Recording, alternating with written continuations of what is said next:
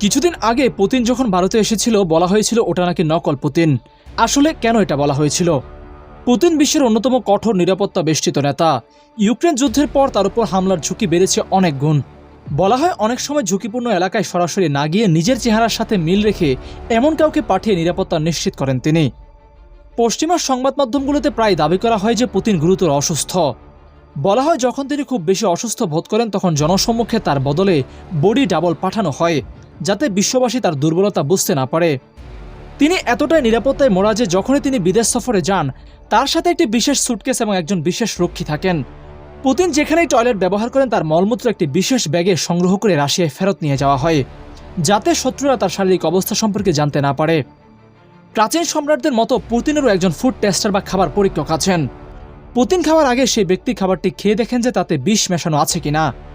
তিনি তার টিমের সবুজ সংকেত ছাড়া কোনো খাবারই স্পর্শ করেন না। তবে পুতিনের যে বডি ডাবল আছে রাশিয়ার পক্ষ থেকে এই দাবিগুলো সবসময় ভিত্তিহীন গুজব বলে উড়িয়ে দেওয়া হয়েছে। দাপ্তরিকভাবে এর কোনো প্রমাণও নেই। ভারতের মতো দেশে যখন কোনো রাষ্ট্রপ্রধান আসেন তখন প্রোটোকল এবং নিরাপত্তা ব্যবস্থা এতটাই কঠোর থাকে, সেখানে কূটনৈতিকভাবে নকল মানুষ পাঠানো অত্যন্ত ঝুঁকিপূর্ণ। দর্শক, আপনি কি মনে করেন ভারতে আসলেই নকল পুতিন এসেছিল?